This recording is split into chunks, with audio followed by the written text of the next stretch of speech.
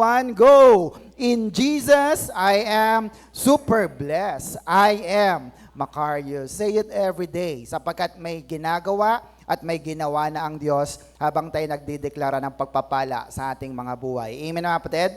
Amen. So, let's begin. Alright, today our topic is entitled Our Character and Commitment.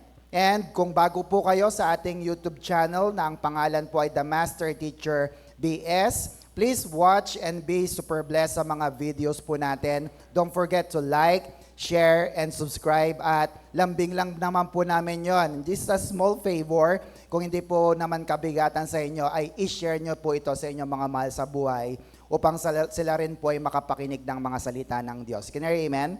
Yan, maraming salamat po. So let's begin.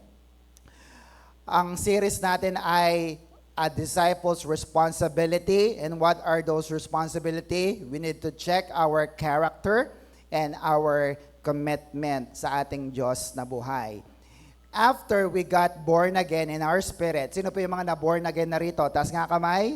Ayan, salamat. Ako po, nung aaminin ko sa inyo, nung ako'y matagal nang na-born again, nasa Bulacan pa lang po kami, hindi ko alam kung bakit ako tinawag na born again. Basta tinatawag kaming born again.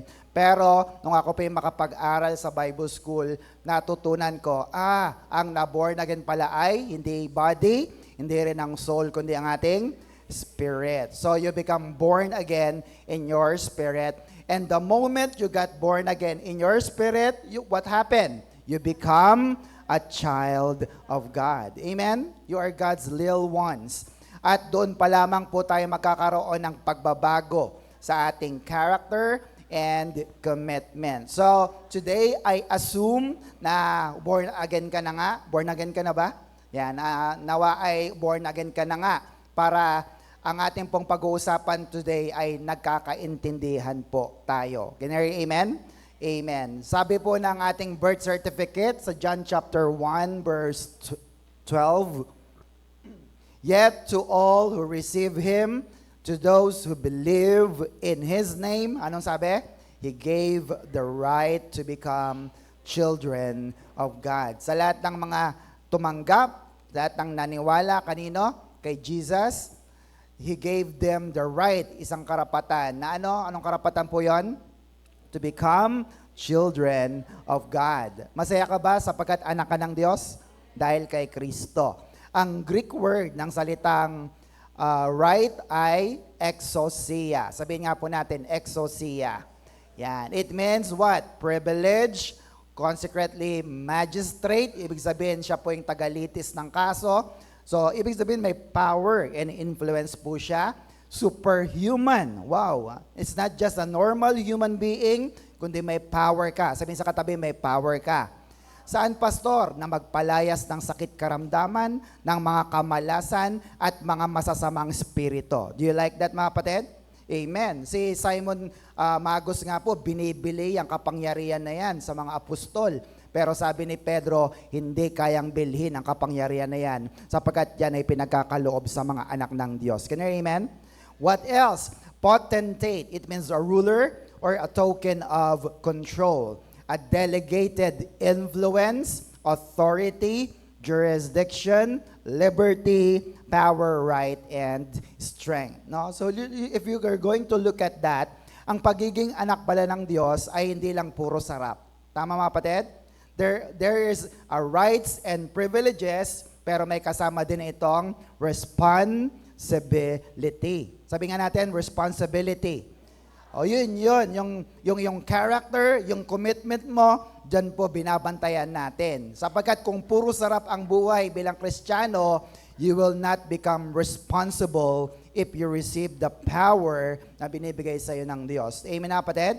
Sabi nga ni Spider-Man, great power comes great responsibility. Kaya kung maraming kapangyarihan at otoridad ang binibigay sa iyo ng Diyos, dapat maging responsable din tayo. Are you with me, kapatid? Amen. Sabi po, next, out of ignorance, a Christian may not know his rights and privileges as well as yung responsibilities. Kung laging ikaw ay kinukulang No? Minsan po ay parang nanlilimos ka na sapagkat para bang nagtatampo ang pera sa iyo. No? Brothers and sisters, baka hindi mo lang alam ang iyong rights and privileges bilang mga anak ng Diyos. Sapagkat ang ama natin ay mayaman. Tama? Naniniwala po ba kayo? Ang tatay natin sa langit ay mayaman, kaya dapat ikaw ay mayaman na rin. Bakit ako kinukulang, pastor? Sapagkat hindi mo alam ang iyong rights and privileges. Ito'y idineposito na in your born-again spirit. Pag ito'y nakadeposito na, anong gagawin sa mga nakadeposito? Withdraw. Need to claim it. Sinabi ba ng Diyos na magaling ka na? Kasama sa iyong kagalingan, kaligtasan ay ang kagalingan. Kaya pag kinlaim mo, Lord, magaling na ako, may ipon mo ang mga pera mo at ito'y magiging pagpapala sa iyo at sa iyong pamilya. Can you hear amen? Amen mga kapatid. Sinabi ba ng Diyos na magkakaroon ka ng magandang buhay? Kahit ano pang mangyari sa iyo, gaganda ba ang buhay mo? Then just claim it, withdraw it in your born-again spirit. Can you hear amen? Amen. Why? Out of ignorance, next, or ignorance, it means lack of studying the Bible makes Christian vulnerable. Sabihin nga natin, vulnerable. Saan? To deception, exploitation, and distraction. True knowledge requires diligent study of the Word to walk in empowerment. No? Pag hindi mo pala alam ang salita ng Diyos, hindi ka nagbabasa ng salita ng Diyos, pwede kang madaya, deception, exploitation, pagsamantalahan, at mawasak or distraction. Are you with me, kapatid? Kasi laging ang paglalaruan ni Satanas. Sabi niya, hindi ka pa magaling, huwag ka munang umaten, masakit, di ba? Masakit. O, di ba? Kaya tama, nga no, hindi pa ako magaling. Pero sinabi ng Diyos, magaling ka na, all you have to do is claim it. Amen, mga kapatid?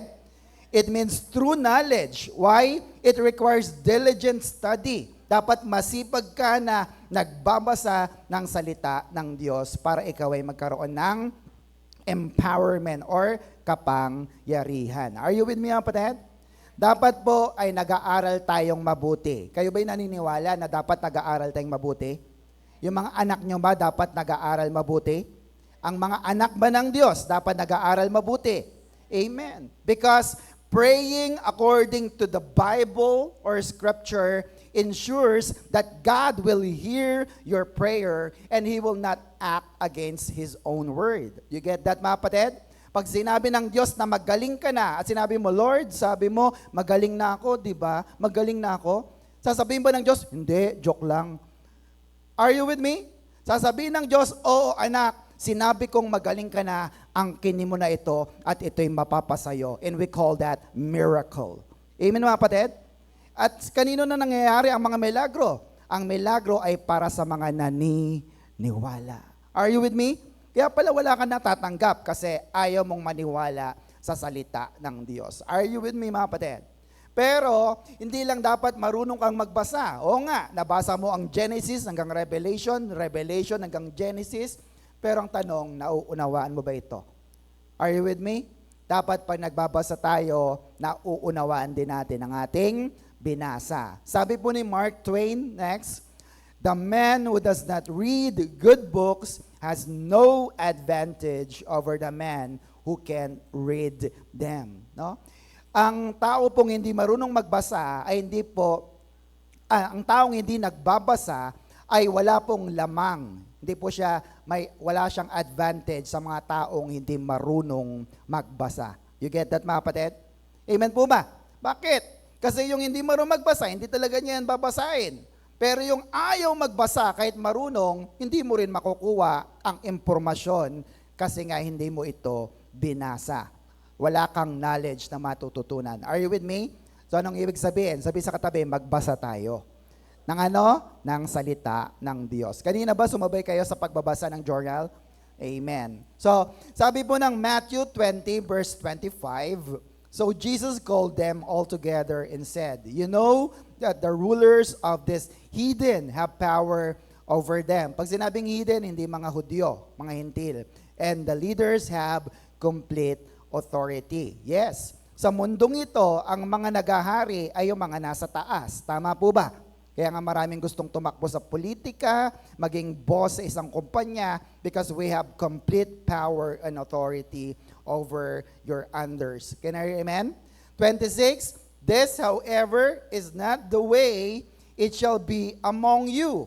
No? Sabi ni Jesus, pero hindi dapat ganito sa mga anak ng Diyos. If one of you wants to be great, anong sabi? You must be the servant of the rest. Gusto mong maging tanyag, dapat maging alipin ka ng iba.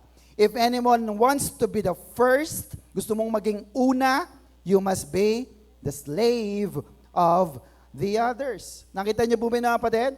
And in verse 28, look at this. Like the Son of Man, sino po yun? Jesus, who did not come to be served, but to serve and to give His life to redeem many people.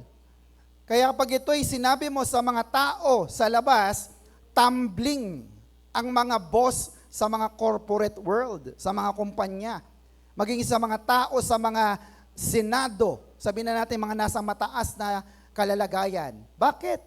Hindi ito good news sa kanila. Tama ba mga kapatid? Bakit?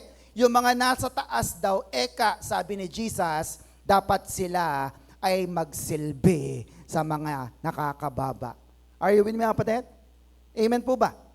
Pero ang mundo sabi, hindi. Dahil kami ang nasa taas, dapat kami ang masunod, kami ang makapangyarihan. Tama ba o tama?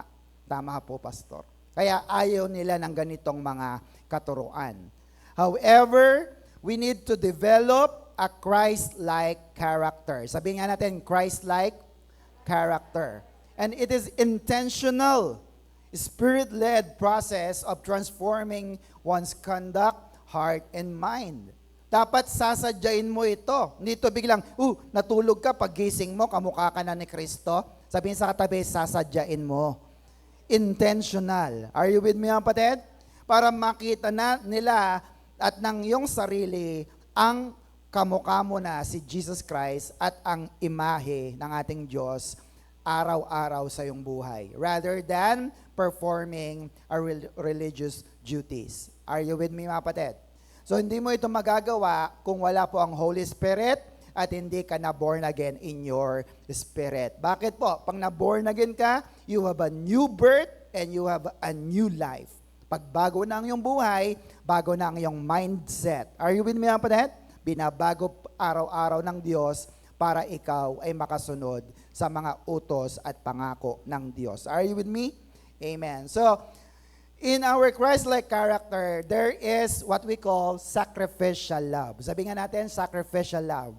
Or agape kind of love. Bakit po? Ang ibig sabihin po nito, inuuna mo ang pangangailangan ng iyong kapatid o ng ibang tao. Bakit po? Sabagat ang tao ay natural na selfish. Totoo ba yun, mga kapatid? Amen po ba? Sa mga handaan ba, ikaw ay nagdi-distribute ng plato o pagkuha mo ng plato, kuha ka kagad. Are you with me? Pag wala pang inumin, no? Sinong unang kukuha ng inumin? Ikaw o bibigyan mo muna yung mga kasama mo? Diba? Natural sa taong maging selfish. Kaya mahirap po itong gawin, lalo na po hindi mo ito palaging ginagawa at hindi ka malalim sa Diyos. Kaya marami po ang bumabagsak sa ganitong pag-uugali. Sacrificial love. Pasado po ba tayo, mga kapatid? Pasado po ba? Inuuna mo ba ang iba? We call that agape kind of love. Second is humility and obedience. Ibig sabihin po nito ay pagpapakumbaba at pagsunod sapagkat yan po ang ginawa ng ating Diyos na buhay. Ikaw ba ay humble? Ikaw ba ay mapagpakumbaba? Ikaw ba ay sumusunod sa Diyos? So pasado tayo dyan. Next is integrity and truth. Sabi nga natin, integrity. Yan. Ang ibig sabihin po nito ay honor, truthfulness, palabra de honor. Pag sinabi mo na, I love you, Lord, dapat ba ay first priority mo ang Diyos? Amen, mga kapatid? Pag sinabi mong, I love you, Lord, dapat ba may time ka sa Kanya? Amen. Kasi may integrity ka. Mahirap kang mabaklas sa gawain kasi sinabi mo, mahal ko ang Diyos at uunahin ko ang Diyos. Can you hear amen? Amen. Next is fruit of the Spirit. Ikaw ba ay nakikitaan na ng mga bunga ng banal na Espiritu? May nakikita na ba sa iyong love? Amen po ba? Parang wala akong kausap pa. Meron na bang love sa iyo? Joy, peace, kindness, goodness. Mabait ka ba? Faithfulness, gentleness, and self-control. No? Kahit pangilan-ngilan, kahit bubut pa yan, basta ang mahalaga ay nakikita na tayo ng mga bunga na iyan. Amen po ba kapatid? Saan niya nakasulat? Sa Galatians 5:22. Wala po dyan. Kayo na lang magbasa. Amen? And finally, what is that? Servanthood. Sabi nga natin, servanthood. Ang tinutukoy po dito ay ang servant leadership. Ibig sabihin, church muna, kapatiran muna, bago ang sarili. Amen po mga kapatid? Amen po ba? Church muna, bago ang iyong pamilya. Amen? Church muna, bago ang iyong pag-aaral. Amen? Church muna, bago ang iyong trabaho. Amen? Kasi nga, meron kang servanthood or paglilingkod. Look at our key verse. Luke chapter 9, verse 62. Jesus said to him, and he wants to start to plow and then keeps looking back is what? Of no use for the kingdom of God.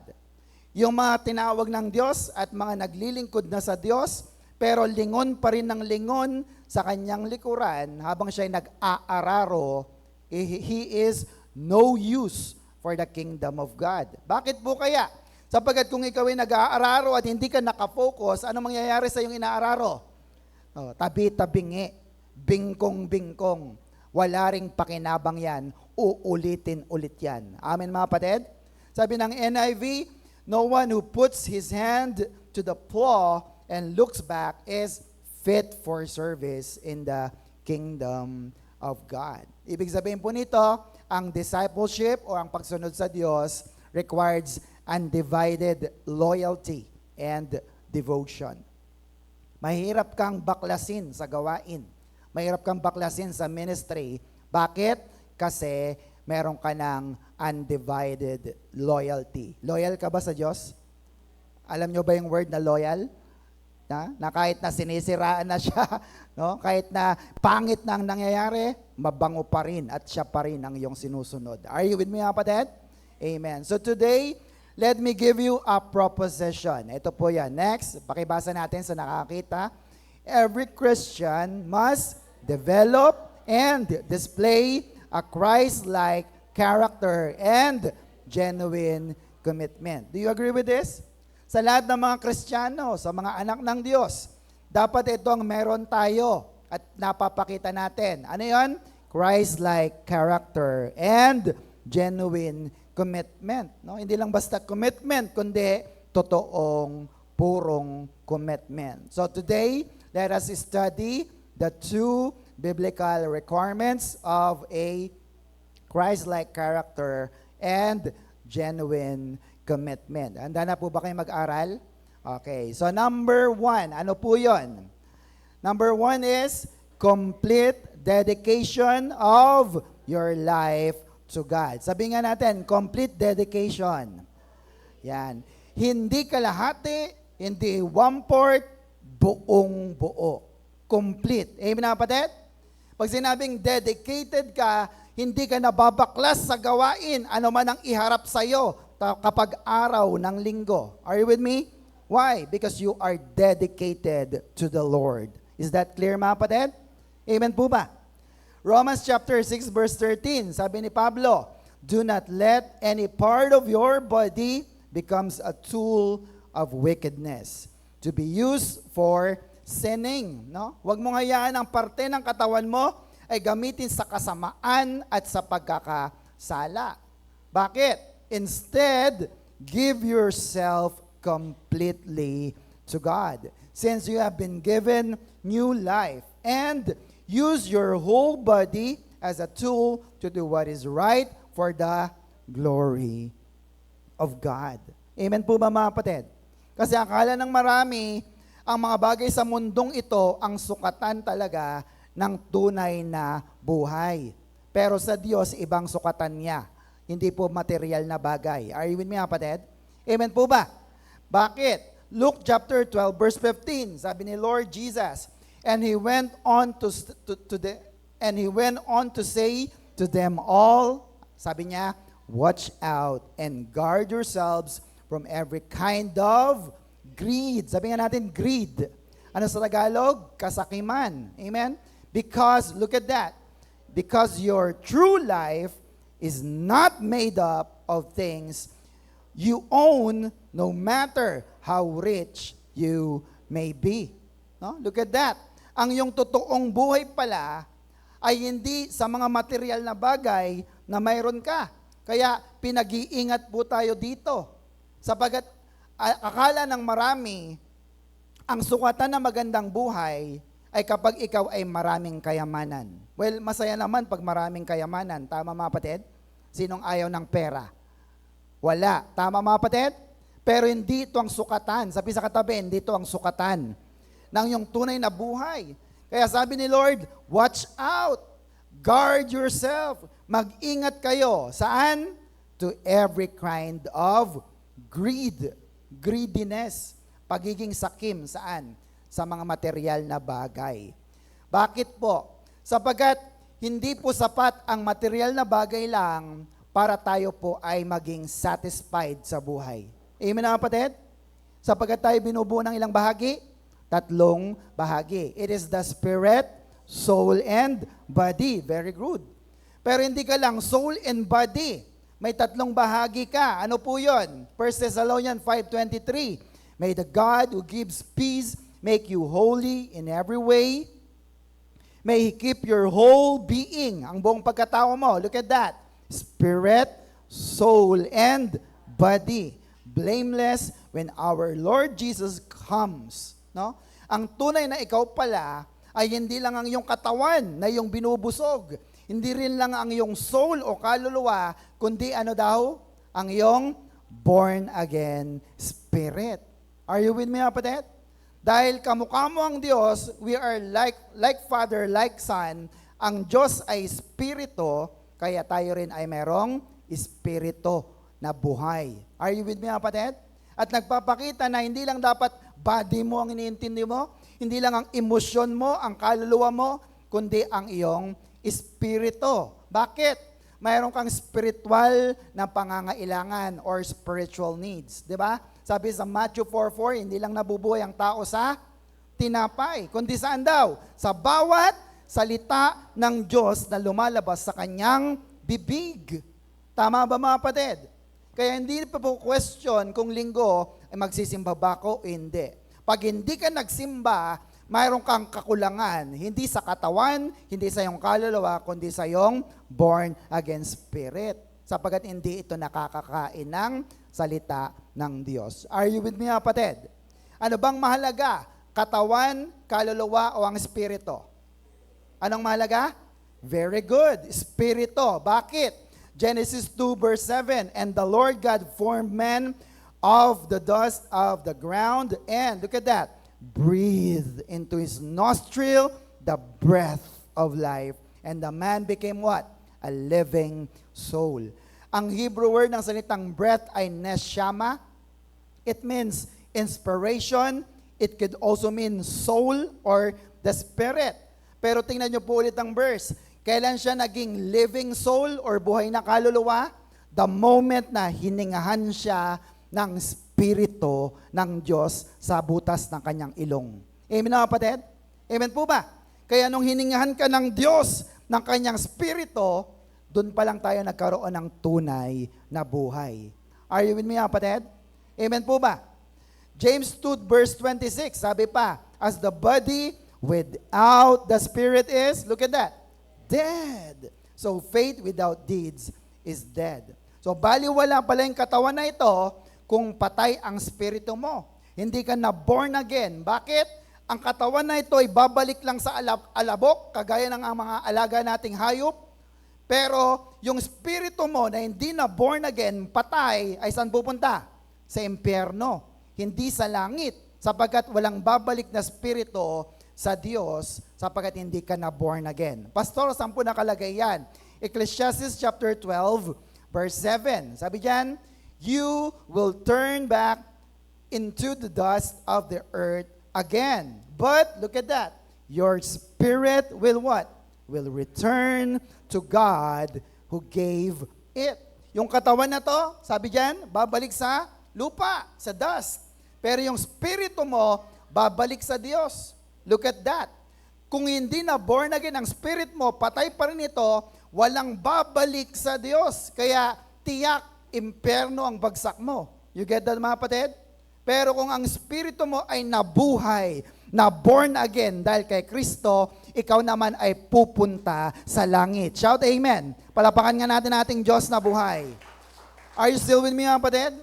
Kaya yung mga nagtatawa sa'yo, nilalait ka na, na born again siya. Hayaan mo lang sila. Masaya sila dyan eh. Pero sasabihin ko sa'yo, nasa'yo ang huling halakhak. Sapagkat pagdating natin sa langit, tayo po ay may buhay na walang hanggan kasama ang ating Diyos na buhay. Shout amen. So you must be born again in your spirit. Are you still with me? Amen. Let's continue. Romans chapter 12 verse 1. Sabi diyan sa Amplified Version, I appeal to you therefore, brethren, and beg of you in view of all the mercies of God to make, look at that, to make a decisive decision, a dedication of your bodies, presenting all the members and faculties as a living sacrifice, ano pa? Holy, devoted and consecrated, and well-pleasing to God, which is your reasonable or rational, intelligent service and spiritual worship. No? Ibig sabihin pala, ang pagdededicate ng ating buhay ay decisive. Sabihin nga natin, decisive. Ang ibig sabihin po nito, nagdidesisyon ka ng mabilis at epektibo. Bakit? Alam mo na kapag si Kristo'y tinanggap mo, pupunta ka sa langit. Magdadalawang isip ka pa ba? Are you with me, kapatid? Hindi na. Bakit? Sapagkat ang pinag-uusapan natin dito ay langit at impyerno. Are you with me? Pag sinabi mo na ayoko kay Kristo, diretso ka sa impyerno. Pero pag sinabi mo gusto ko kay Kristo, maboborn na ang spirito mo at ikaw ay pupunta sa langit. Are you with me? Now, dahil hindi ka pa pupunta sa langit, sapagkat narito ka pa sa lupa, make a decisive dedication na ano? Ialay mo. Sabihin sa katabi, ialay mo. Ang alin? Ang iyong buhay, ang iyong katawan as a living sacrifice, holy, banal, at pleasing sa Diyos. Kalugod-lugod. At ito po'y natutuwa ang Diyos sa ating mga buhay. Are you still with me, kapatid? Amen. Why? Next. Jesus must be the Lord of all or not at all. No? Dapat si Lord ay ang Panginoon sa lahat ng area ng iyong buhay. Or, wag na lang. Tama ba, mga kapatid? Amen po ba? Si Lord ba ang Lord sa iyong time? Amen po ba, mga kapatid? Si Lord Jesus ba ang Lord sa iyong ministry? Sa iyong career? Sa iyong relationship? Sa iyong mga pag-aari o possession? Sa iyong kaperahan? Si Lord ba ang may-ari niyan? Lord, tsaka na. Wala pa ako eh. Sa iyong pamilya, si Lord ba ang nangunguna? O si Mrs. o Mr. o mga anak? Are you with me, mga kapatid? Jesus must be the Lord of all or not at all. Bakit? Napakahalaga po na si Lord Jesus ang Lord sapagkat kung hindi siya naghahari sa lahat ng area ng iyong buhay, maaaring ikaw ay hindi maging completely dedicated sa Diyos. Amen na, kapatid? Ever wonder, pagpasok nyo pa lang, ayan pinangangalandakan natin. Pangalan nino? Jesus. Sabi nga natin, Jesus. Bakit? Kasi gusto naming ipakita sa inyo na ang tinataas dito ay hindi tao, kundi ang pangalan ng ating Panginoong Yesus. Shout amen! Palapakan natin ating Diyos na buhay. Sino sa inyo ang nabother nung mga nakarang araw ang letter J ng Jesus ay nalaglag? Napansin nyo ba? Sino yung mga nakakita nalaglag ito? Yan. Sino ang nabother, nag-alala? Naku, ibabalik ko, ikakabit ko. Meron ba? O sabi na, bahala sila dyan, sila magkakabit dyan.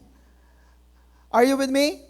Sapagkat napakahalaga sa iyo ng pangalang Jesus, dapat ito ay lagi mong pinangangalandakan sa iyong buhay, sa iyong pamilya, sa iyong career, sa iyong pananalapi, at sa lahat ng area ng iyong buhay. Are you still with me, kapatid? Amen. Sabi po na C.S. Lewis, isang theologian, Christianity, if false, is of no importance. Ang ating pagiging Kristiyano o si Kristo, kapag ito'y false or mali, wala itong pakinabang. And if it is true or of infinite importance, pag totoo naman, may pakinabang. The only thing it cannot be is, look at that, moderate important. No? Pwedeng sa'yo ay hindi mahalaga ang pagiging Kristiyano or napakahalaga sa'yo, pero hindi pwedeng sala-sala, moderate important. Hindi sinabing 30%, hindi sinabing 50%, hindi sinabing 85%, dapat po ay 100% complete dedication, buong-buo sa ating Panginoon. Why? Because you cannot serve two masters at the same time. You get that, mga kapatid? Amen po ba? Matthew 6:24, no one can serve two masters. Sabi nga natin ulit, no one can serve two masters. Sa Tagalog, ano? Walang pwedeng maglingkod ng sabay sa dalawang Panginoon. Either he will hate the one and love the other, or he will be devoted to the one and despise the other. Look at the next line, everybody. You cannot serve both God and money. Amen na, kapatid? So tinukoy, sino yung dalawang master na tinutukoy ni Jesus? You cannot serve God and money. Na minsan ang iba'y pinagsasabay. Bakit siya mag-church? Kasi maniningil. O kaya naman may ibebenta. So, napagsabay ko naman eh. But, brothers and sisters, kapag ikaw ay nagbenta o kaya hindi ka nakasingil, baka susunod na linggo, hindi ka na umattend. Tama, mga kapatid? Amen po ba? Because totoong sabi ng Panginoon, you cannot serve both God and money. Dahil ang totoong paglilingkod ay hindi po matatapatan ng pera, pera o pera lang. Are you with me? Amen po ba? Kasi papaano kung wala ka ng pera? Papaano kung wala ka ng malaking sahod? Maglilingkod ka pa ba sa Diyos? Hello? Pag wala ka ng panggasolina, pupunta ka pa ba sa church? Pag wala ka ng pamasahe, magja-church ka pa ba? Malalaman mo na totoo ang iyong paglilingkod kung hindi ka nakatingin sa pera. Amen na, kapatid? Amen po ba? Pag tama ang puso mo, kagaya po ni King Solomon, kasunod nito ang pera, pananalapi at kayamanan. Amen na, kapatid? Kasi you seek the wisdom of our God. Are you still with me? Amen. So dapat si Lord lang ang nasa ating mga puso. In science, next, there is a law which we call the law of impenetrability. Ang ibig sabihin po nito, hindi pwedeng ang dalawang bagay ay mag-occupy ng sabay sa isang pagkakataon. Hindi pwedeng dalawa. Example po niyan, yung laro na trip to Jerusalem. Sino sa inyo nakapaglaro ng trip to Jerusalem? Di ba? Pag umikot ng mga contestant at sinabing nag-stop ng music, uupo na. Pag lahat ng upuan ay naupuan na, pwede mo pa bang upuan? Hindi na. Are you with me, mga kapatid? Ganon din po ang ating mind, ang ating heart. No? Kapag ang isip mo ay pera, ang iniisip mo ay trabaho, ang iniisip mo ay ang iyong pamilya, hindi mo kaya mapaglingkuran ng todo-todo ang ating Diyos na buhay. Pastor, masama bang isipin ang trabaho at pamilya? Hindi po. Pero ang pinag-uusapan natin dito, complete dedication with the Lord. Are you still with me, kapatid? Amen po ba? Ang puso mo, sino ang laman? Di ba may kanta na, sana dalawa ang puso ko? Kasi nga gusto niya na lahat ay mapaglingkuran niya. Kaso hindi pwede. Isa lamang po. Kung si Lord lang, wala nang iba. Amen po mga kapatid? Why? Because you cannot dedicate your life to God if you cannot give your whole heart and mind to the Lord. Amen na kapatid? Amen po ba? Kaya isipin mo, bakit hindi mo pa ibigay ang puso mo at ang isip mo sa Diyos na nagbigay ng lahat ng meron ka at nagpayaman sa iyo, nagpaasenso sa iyo at nagbigay ng lahat ng iyong pangangailangan. Amen mga kapatid? Ibig sabihin, secured ka na. Are you still with me? So give your life and dedicate your life to the Lord. Jesus explains to us in the parable of the great banquet that there are two tests to our complete dedication to God. No? Alam niyo po ba yung the parable of the great banquet? Ang dakilang piging. No? Nagtatawag ang Panginoon ng mga a-attend sa kanyang piging. No? Nagtatawag ang Diyos sa mga magcha-church sa ating church dito sa OCW Pampanga. Pero, dalawang bagay ang nakita ng Panginoon na pagsubok or test, bakit hindi nila maibigay ang kanilang complete dedication sa Diyos. So, silipin natin ito. Letter A. Yan. Test of our complete dedication to God. Letter A. What's the first test? Test of riches and revenues. Riches, alam mo yan. Kayamanan, pera, revenues, income, sahod mo or the profit. No? Luke chapter 14 verse 18 to 19. But they all alike began to make excuses. The first said, I have just bought a field and I must go and see it. Ano sabi niya? Please excuse me. No? So ang unang nag-excuse ay nakabili siya ng property ng isang lupain, no? At sabi niya, titingnan ko yung aking nabili. Well, we call that a misplaced priorities. Bakit? Ang naging focus niya ay material na bagay, the field, the land, over the spiritual invitation, which is the banquet. Are you still with me, mga kapatid? At sa time po ni Jesus Christ, ni-research ko, kapag ka po ang isang tao ay bibili ng isang lupa, dapat na-inspect niya na yon bago pa niya bilhin. Tama mga kapatid? Pero ito, grabe. Sabi niya, yung nabili kong lupa, i-inspecting ko ulit, titignan ko ulit. No? So, it's very shallow and lame excuses. Bakit? Bago mo dapat bayaran at bilhin, dapat nakita mo na para hindi sayang ang iyong investment. Are you with me? So it is an excuse. 19, sa baba. Another said, I have just bought 5 yoke of oxen and I'm on my way to try them out. Anong sabi niya rin? Please, excuse me, Lord. No?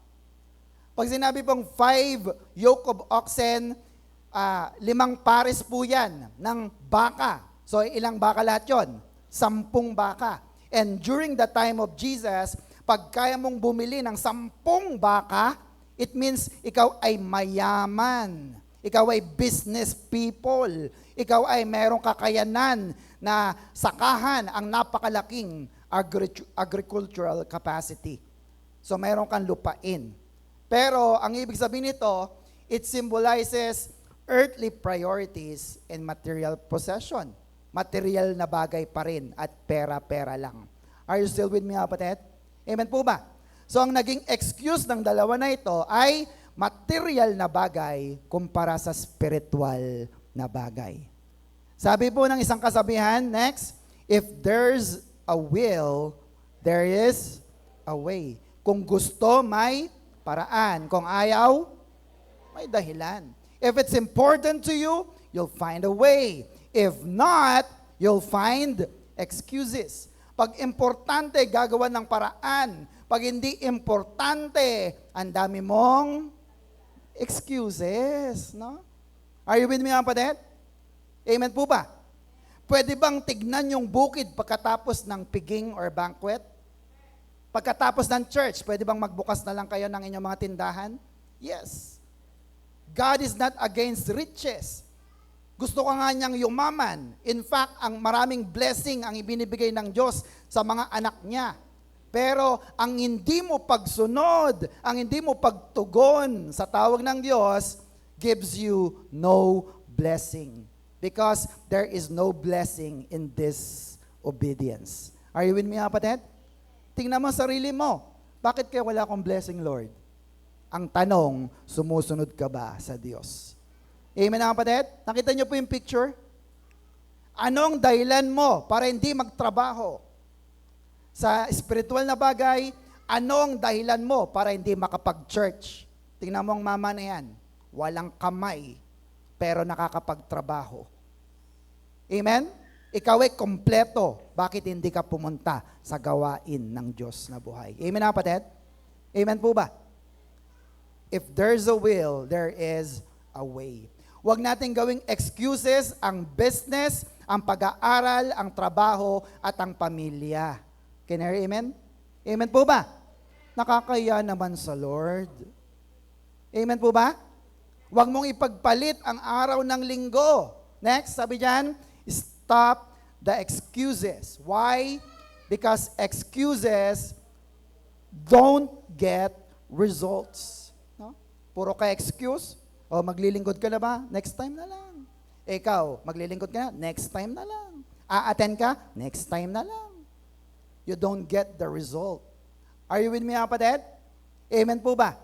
So stop the excuses. Anumang bagay na humahadlang sa gawain ng Diyos at sa pagkilos ng Diyos ay excuses lang ng tao.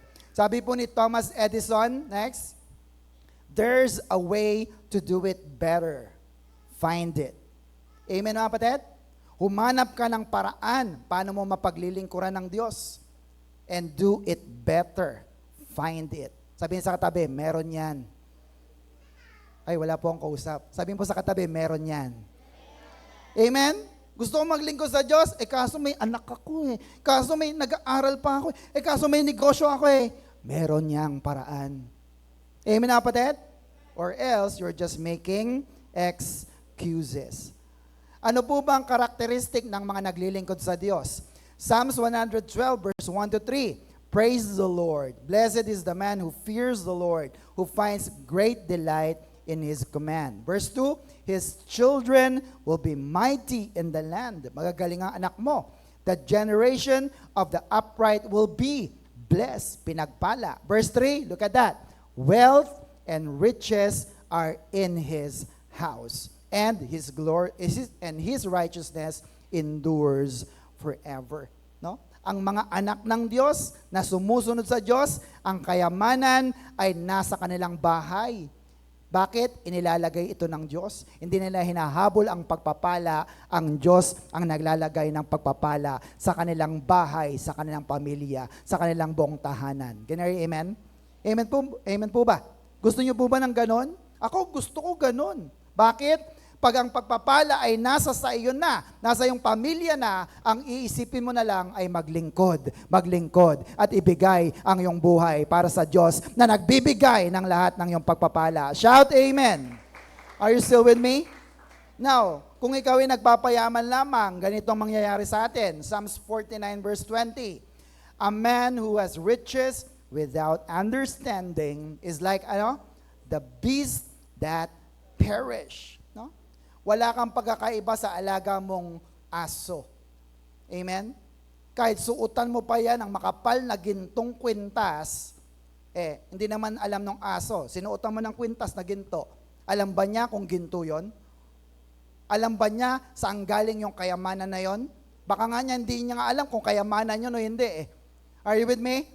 Kasi ikaw, pag nagkakayamanan ka, hindi mo alam, bakit may kayamanan ako? Saan ito galing? Are you with me, kapatid? Dapat maintindihan mo, through God's wisdom, na ang kayamanan at pagpapala ay galing sa mayaman na Diyos. Hindi dahil masipag ka lang. Can you hear amen? Amen po ba? Sabi sa NLT, people who boast of their wealth don't understand that they will die like the animals. So people needs God's wisdom. Kahit yumaman ka ng yumaman, pero hindi mo kasama ang Diyos, baliwala ang iyong mga kayamanan. You are just like a beast that perish. Are you still with me, kapatid? Amen po ba? So question is, next, why you need to pass the test of riches and revenue? Bakit po dapat ipasa natin ang pagsubok sa riches and revenues? Kasi hindi sa ayaw ng Diyos na yumaman ka. Amen na kapatid? Gusto ba ng Diyos na yumaman ka? Gusto niyo bang yumaman kayo? Oh, kaso ano ang ayaw ng Diyos na mangyari pag yumaman ka? Pag nasira ka ng mga kayamanan kasi hindi ka marunong mag-handle ng mga pagpapala na galing din sa Diyos. Amen na kapatid? Na iniisip mo, ang kayamanan na yan ay akin, ako naghirap dyan, samantalang ang kayamanan pa lang yan ay binigay ng mayaman na Diyos. Pag binigay mo sa Kanya ang iyong kayamanan, ang Diyos ang mamomroblema sa iyong bulsa at sa iyong wallet. Are you with me kapatid? Amen po ba? And you know already the verse. Ano po yun? 1 Timothy chapter 6 verse 10. For the love of money is what? Is a source of all kinds of evil. Some have been eager to have it, that they have wandered away from faith. No? Yumaman lang, nawala na sa church, nawala na sa ministry, nakatikim lang ng malaking kita, ng malaking sweldo, iniwan ang church. Wow! They've wandered away from faith. And what else? Have broken their hearts with many sorrows. Darating din ang araw, iiyak-iyak yan. Lord, ba't mo ako pinabayaan? Bakit? For the love of money. Are you still with me, kapatid? Amen. Verse 19, in this way, they will store up for themselves a treasure that will be solid foundation for the future. And then, they will be able to win the life, which is true life. No? So kung ikaw naman ay nag-iimpok ng kayamanan sa kalangitan, doon pa lang magkakaroon ng tunay na buhay sa iyong sarili. Amen po ba mga kapatid? Amen. So, ang 1 million question ko ay, excuse ba na magkaroon ng trabaho, business, excuse ba yon para hindi ka umattend ng church? Hello? Excuse ba ang trabaho, business, pamilya para maglingkod ka sa Panginoon? Amen po mga kapatid? Kay Lord Jesus, dapat tayong naglilingkod. Pag siyang tinanong, hindi po uubra, hindi pasado. Pag sinabi mong, Lord, may trabaho ako, Lord, may pamilya ako, Lord, may nararamdaman ako. Are you with me kapatid? Kasi ang standard ng Diyos, complete dedication to the Lord. Amen? Sige, palapakan natin Diyos na buhay. Hebrews 13:5, look at the promise. Keep your lives free from the love of money and be satisfied with what you have. Ikaw ba'y masaya sa meron ka ngayon? Problema yan. Pag yung sahod mo hindi ka masaya, talagang hindi ka magiging masaya. Are you with me, kapatid? Be satisfied with what you have. Kasi kung masaya ka dyan, ay namamanage mo ito ng tama at dito pa lang papalaki ng Diyos ang iyong pagpapala. Are you with me, kapatid? Amen po ba? Look at that, may pangako. For God has said, I will never leave you, isagani. I will never abandon you, isagani. Amen na kapatid? Kung ikaw lang ang mag-iipon at ikaw mapabudget ng iyong kaperahan, mauubos ka agad yan. Sasabihin ko na sa iyo. Pero pagkasama mo ang Diyos, hindi ka niya iiwan, hindi ka niya pababayaan. Pag-aapawin niya ang pagpapala sa iyong wallet. Shout amen! Palapakan natin ating Diyos na buhay. Are you still with me, mga kapatid? Amen. Are you learning so far?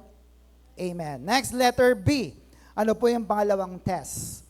It is the test of relationship. Sabihin natin, relationship. Puro R po yan, madaling tandaan. Riches and revenues. At yung pangalawa ay relationship. No? Ilan na po ang nawala sa gawain ng Diyos dahil sa pakikipagrelasyon sa ibang tao. Sa girlfriend, sa boyfriend, sa asawa, o pag-aasawa ng hindi ka pananampalataya. Ilan na po? Napakarami na. Amen na kapatid? Bakit? Nagiging excuse nila ang relationship. Luke chapter 14 verse 20. Look at this. Still another said, I just got married, so I can't come. No? Kakakasal ko lang. So hindi ako pwedeng pumunta sa imbitasyon mo, Lord. Ang ibig sabihin po nito, ng I just got married, ay meron akong other priorities. Ano yung priority na yan? Siyempre, pamilya. Or dahil kakakasal lang niya, anong priority niya? Honeymoon. No? O kaya ay mga okasyon, anniversary ng mag-asawa. Are you with me? So, busy siya kakatrabaho kasi gusto niya na mag-asawa, at nung siya nakapag-asawa, nawalan na siya ng time sa Diyos kasi nauna na ang priority niya, which is pamilya. Are you with me, mga kapatid? Amen po ba? Kaya nga noon, ayaw ni Lord na mag-aasawa ka ng hindi Christian or hindi ka pananampalataya. Bakit? Deuteronomy chapter 13 verse 6 to 10. Tingnan niyo po ito, mga kabataan. Verse 6, if your very own brother or your own son or daughter or the wife you love or the closest friend secretly entice you, no? Hinihimok ka, no? May sinasabi sa iyo saying, let us go and worship other gods, gods that neither you nor your fathers had known. 7, God of the people around you, whether near or far, from one end to the land to another. No? Kapag meron daw kapamilya ka na nagsasabing, halika, maglingkod tayo sa ibang Diyos. O kaya, rephrase natin. Sabi natin, halika, huwag ka munang mag-church. Tsaka na yung paglilingkod. Sama ka muna sa akin. Huh? Are you with me, mga kapatid? May mga ganyan ba kayong kapamilya? Nasabi, verse 8. Next, verse 8, do not yield. Huwag kang sumunod. Huwag kang mag-give way o pasakop. Do not yield to him or listen to him. Show him no pity. Do not spare him or shield him. Verse 9, you must certainly put him to death. No? Mamaya papaliwanag ko. Your hand must be the first in putting him to death, and then the hands of the people. 10, stone him to death. Batuin siya hanggang mamatay because he tried to turn you away from the Lord, your God, who brought you out of Egypt, out of the land of slavery. Pero wait lang. Sabi sa katabi, wait lang. Papaliwanag ni pastor. Baka pag uwi nyo bigla nyong saktan yung mga kapamilya. Bakit? Kasi natutunan ko, sabi ni pastor, put to death, stone to death. No? Brothers and sisters, ito po'y batas in the Old Testament. Ganyan kagrabe. Pag inihila ka sa gawain ng Diyos, ang sabi ng Diyos, put him to death. Stone him to death. Bakit? For they are turning you away from the Lord your God. Ayaw ng Diyos na may kahati siya sa puso natin. Are you with me, mga kapatid? Amen po ba? Pero sa bagong batas ni Kristo, ang batas niya ay ano? Ibigay ng iyong kapwa gaya ng iyong sarili. Kaya pag uwi nyo, huwag nyo sasaktan yung mga kapamilya nyo. Malinaw po ba, mga kapatid? Amen po ba? Amen. So ano lang ang ibig sabihin nito? Huwag kang makipamatok sa hindi ka pananampalataya. And there is a warning. Look at this. Para maiwasan mo na hindi ka nag-church, para maiwasan mo na hindi ka naglilingkod, ano ang warning? 2 Corinthians 6 verse 14. Everybody, stop forming inappropriate relationship with unbelievers. Can right and wrong be partners? Can light have anything in common with darkness? Pwede ba magsama ang liwanag at ang dilim? Pwede po ba? Can Christ agree with the devil? Pwede bang nag-aakbayan si Lord tsaka yung si Satanas? Hindi, no? Can a believer share life with an unbeliever? Answer me. Yung bang Christian pwede sa hindi Christian? The answer is a big fat no. Sabihin sa katabi, no. Ngayon, kung nagbibingi-bingihan ka lang, ito isang paalala para sa iyo. Bakit? Kasi malaki ang tsansa na mahila ka ng mga hindi nananampalataya kay Kristo, palayo sa Diyos at palayo sa paglilingkod sa ministry mo. Can you hear amen? You have been warned. Mga kabataan, pinaalalahanan na po kayo. Are you still with me? Amen. Why? Next, our highest love and supreme allegiance should be on God. Amen? Yung pinakamataas sa pag-ibig mo at ang iyong commitment, yung loyalty mo, your allegiance, dapat kanino? Loyal ka lang sa Diyos. Amen mga kapatid? Loyal ka ba sa Diyos? Kanino ka mas loyal? Kay Lord o kay jowa? Kay Lord o kay hubby? Kay Lord o kay wifey? Kay Lord o kay apo? No, may sakit kang apoptitis niyan kasi apo lagi inuuna mo kesa si Lord. Are you with me? So, the 1 million question is, malapit na po tayong matapos, go to church or not? Ano pong sagot nyo? Talaga? Are you with me mga kapatid? Pupunta ka ba sa church o hindi? Mamamasyal ka ba kasama si hubby or wifey or pupunta sa church? Maipag-date ba kay jowa o pupunta sa church? No? Maipag-date ba kay baby loves o may loves o mahal o pupunta sa church? Dito na kayo mag-date. Amen mga kapatid? Are you with me? Tinuro ko na po sa inyo rito, kubo pa lang tayo. May dalawang valid reason lang bakit hindi ka pwedeng mag-church. Sino nakakaalala? Number 1, pag may sakit, hindi makatayo. Pangalawa, kapag patay ka na, utang na loob. Pag patay ka, huwag ka na mag-church. Baka matakot ang mga membro. Amen na kapatid? Pero i-check mo ang sarili mo. May sakit ako, Lord eh. Nakakatayo ka ba? Opo. Church. Amen na kapatid? Pero kung hindi ka naman makatayo, bakit pipilitin ang katawan? Are you with me?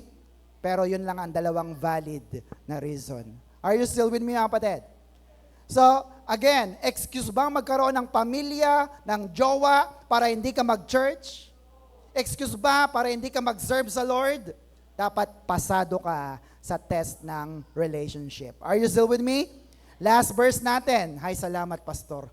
Matthew 22:37. Jesus replied, love the Lord your God with all your heart. Sabihin mo nga, all your heart.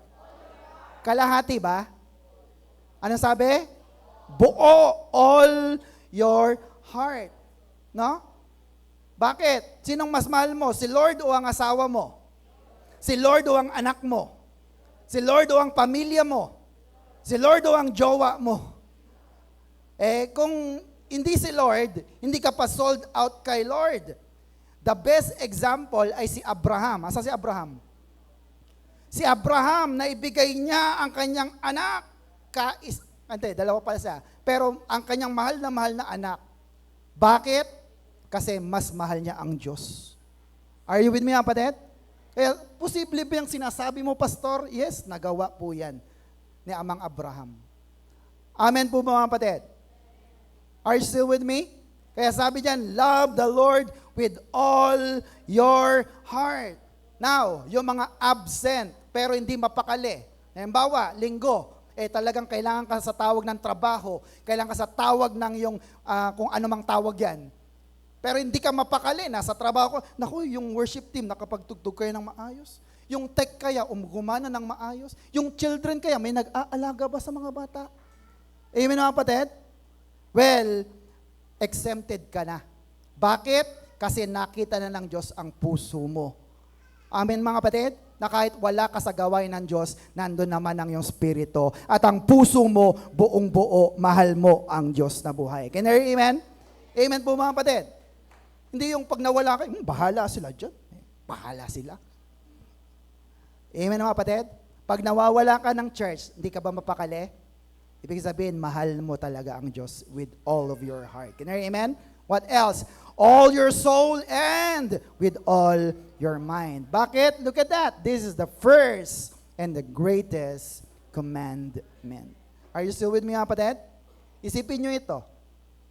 Pwede mong i-google ang iyong buong buhay, ang lahat ng iyong oras, ang lakas mo, ang talino mo sa pera, sa malaking kita o sahod, or riches and revenue. Or pwede mong gamitin ito sa iyong pamilya o sa iyong mahal sa buhay, relationship. Pero ang tanong ko ay ito, pag gumarap ka ba sa Diyos, masasabi mo ba sa Diyos, Lord, mas marami akong time sa iyo? Sino makakapagsabi nun? Taas nga ang kamay. Hindi ko naman sinabing kukunin ka ni Lord, ha? Pero kung kanya, kinuha ka ni Lord, harapan, Lord, mas marami akong time sa iyo. Are you with me, mga kapatid? Mas priority kita, Panginoon. Amen, mga kapatid? Kaya tatanungin kita, kapatid, kanino mo inuubos ang iyong oras, ang talino mo, at ang lakas mo? Are you with me, kapatid? Dito po sa ating church, pwedeng mag-day off. Sabi sa katabi, pwedeng mag-day off. Lalo na po sa mga care leader natin, yes. Pero ang may karapatan lang mag-day off ay yung marami ng nagawa. Sa company naman, ganun din, di ba? Papayagan ng boss yung mga pagod na, yung mga marami ng nagawa. Pero yung wala namang ginagawa, tapos sabi mo, boss, pwede mang mag-day off? Eh baka sabihin ng boss mo, ituloy-tuloy mo na. Amen, mga kapatid? Kinumpute nyo ba sa buong taon, ilang linggo lang mayroon tayo? 58 or 50 na lang, sabihin natin. 58 na linggo lang. At kung may kumari kang 20 at lahat yung kinuha ka na mag-aanak sa ninang, di nabawasan na ng 20 yung 50 mo, 30 na lang pagsisimba mo. Eh meron pang mga kasalan. Eh nagkasakit ka pa, nanganak pang pusa mo, ang aso mo. Lahat na ng dahilan, ay ginigay mo na. So ano nangyayari? Hindi mo na nagiging priority ang Diyos. Are you still with me? Kaya dapat po, complete dedication sa Panginoon. Pumalakpak nga po ang mga completely dedicated sa ating Panginoon. May natutunan po ba kayo? Amen po ba? So let's have a quick recap to our 2 biblical requirements of a Christ-like character and genuine commitment. Upo ng maayos. Number 1, everybody, complete dedication of your life to God. And what is the 2 tests to complete dedication to God? Letter A, the test of riches and revenues. And letter B, the test of relationship. Nawa po ay pasado po tayo. Pasado ba tayo sa test of riches and revenue? Pasado ba tayo sa test of relationship? Palapakan natin ang ating Diyos na buhay. Ibig sabihin nun na ipapakita mo ang iyong loyalty at pagmamahal sa ating Diyos na buhay. Amen, mga kapatid? May natutunan po ba kayo? Next week, ituloy po natin ang number 2, which is the consistent discipline of your life with God. Hallelujah. At ano po ang ating Macarius Challenge, everybody? Make a firm commitment to love God above all. Isa pa nga po, make a firm commitment to love God above all. Pwede mo ba itong gawin sa Panginoon? Kaya mo bang sabihin sa Lord, Lord, ikaw ang number 1 sa akin? Sige, tumayo nga tayo sa lahat ng mga magkukumit na Lord, ikaw lang, wala nang iba. Lord, ikaw ang mahal ko, wala nang iba. Let us pray. Father God, we thank you sapagkat sa araw na ito ay patuloy na ginigising mo ang aming mga pananampalataya at patuloy, Ama, na nagpapasalamat kami sa mga katuruan na pinagkaloob mo sa amin. Na kami po'y inuutusan mo, O Diyos, to completely dedicate our lives to you and to you alone. Hindi kalahati, hindi 1/4, buong buo, Panginoon. At naway may pasa namin ang 2 tests. The test of riches and revenues and the test of relationship. Na marami po talaga, Lord, ang hahadlang para ako'y makapagsimba. Marami talaga ang pipigil sa amin para kami po'y makapaglingkod sa iyo. Pero Lord, make a way for us. Kita mo ang puso namin, Panginoon. We are sold out for you alone, Father. Lord, we love you with all of our heart. Hindi namin kaya, Panginoon, na wala ka. Hindi namin magagawang maglingkod, hiwalay sa iyo.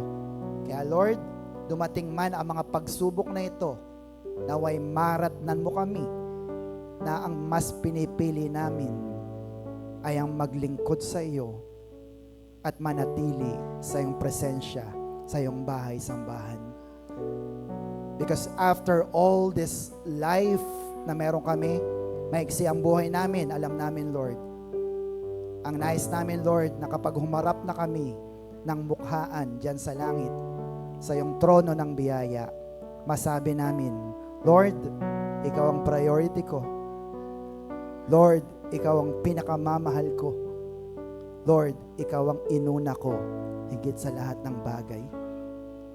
Salamat, Panginoon, sapagkat sa lahat na nagtatapat, meron kang katumbas na pangako. Hindi mo kami iiwan. Hindi mo kami pababayaan. Hindi kami magkukulang. At patuloy na pasasaganain mo ang aming buhay as we hear and obey your word. We are Macarius. We are super blessed. We are even happier than happy in this life because of our Lord Jesus Christ. Kaya Lord, thank you for the Macarius life na pinagkaloob mo po sa aking mga kapatid.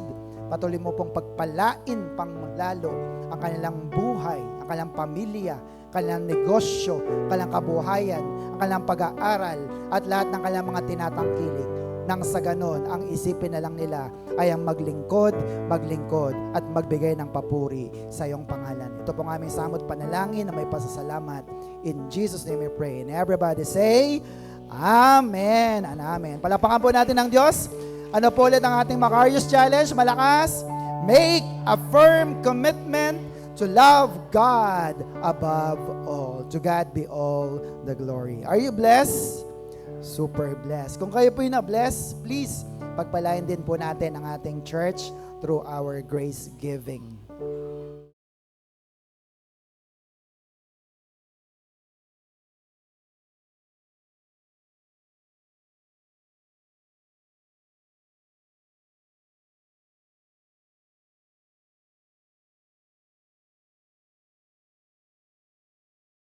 Go! Good day, brothers and sisters! May natutunan po ba tayo sa ating lesson?